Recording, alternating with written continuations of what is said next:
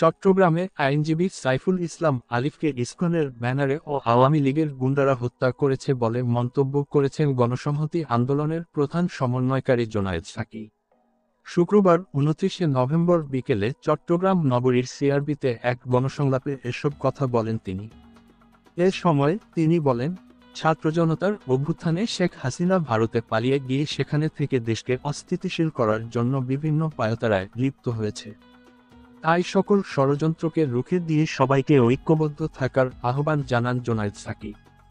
ফ্যাসিস্টের দোসররা এখন সক্রিয় উল্লেখ করে সাকি বলেন, চিন্ময় কৃষ্ণ দাসকে আদালতে তোলা হলে সেখানে দেশীয় অস্ত্র নিয়ে কিভাবে আদালত পাড়ায় হামলা করে, এমন প্রশ্ন তোলেন তিনি। সংবিধান সংস্কার ও বিচারপতি নিয়োগের ক্ষেত্রে কোনো রাজনৈতিক দলের হস্তক্ষেপ না করে স্বচ্ছতা আনার কথা বলেন তিনি। আগামী দিনে প্রধানমন্ত্রী দুইবারের বেশি থাকতে পারবে না বলে উল্লেখ করে তিনি বলেন, ক্ষমতাসীনদেরকে জবাবদিহিতার আওতায় আনতে হবে। রাষ্ট্রের গণতান্ত্রিক রূপান্তরের নতুন রাজনৈতিক বন্দোবস্ত প্রতিষ্ঠার লক্ষ্যে গণসংলাপ শিরোনামে এ আয়োজন করে সংগঠন চট্টগ্রাম জেলা শাখা। তাহলে কি হতো, চট্টগ্রামে যদি হিন্দু সম্প্রদায়ের বাড়িদের উপরে হামলা হতো, তার ছবি ওনারা তুলে ওই আমেরিকায় পাঠিয়ে দিতেন।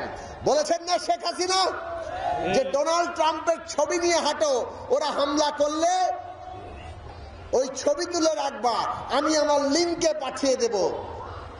ইসকনের ব্যানারে করা হয়েছে যাতে করে হিন্দু সম্প্রদায়ের উপরে দায় চাপে এবং মুসলিমরা খেপে গিয়ে হিন্দুদের বাড়ি ঘরে আক্রমণ করে। শেখ হাসিনার অডিও লিক হয়ে গেল।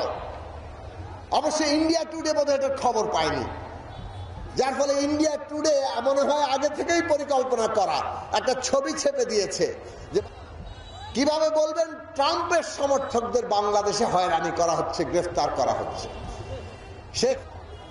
এই ছিল তাদের পরিকল্পনা। এই পরিকল্পনা তারা সাজিয়ে যাচ্ছে। এই বাংলাদেশে ট্রাম্প সমর্থকদের গ্রেফতার ও হয়রানি করা হচ্ছে।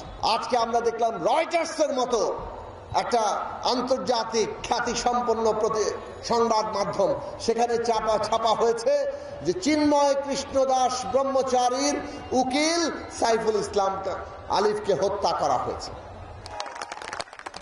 একটু আগে খবর পেলাম এই যে হামলা হচ্ছে না, তার ফলে আওয়ামী গুন্ডা বাহিনী সম্ভবত নিজেরাই এখন হিন্দু সম্প্রদায়ের উপরে হামলার ষড়যন্ত্র করছে। একটু আগে কোথায় যেন তারা এই ধরনের হামলার একটা চেষ্টা করেছে এবং এই ধরনের ছবিগুলোর অপেক্ষায় আছে। আমরা চট্টগ্রামবাসীকে আমরা ধন্যবাদ জানাই। আমরা চট্টগ্রামবাসীকে আমাদের বুকের ভেতর থেকে আমাদের ভালোবাসা জানাই। এত বড় উস্কানি সত্ত্বেও চট্টগ্রামে তারা কোন রকম হিন্দু সম্প্রদায়ের উপরে হামলা হতে দেন নাই।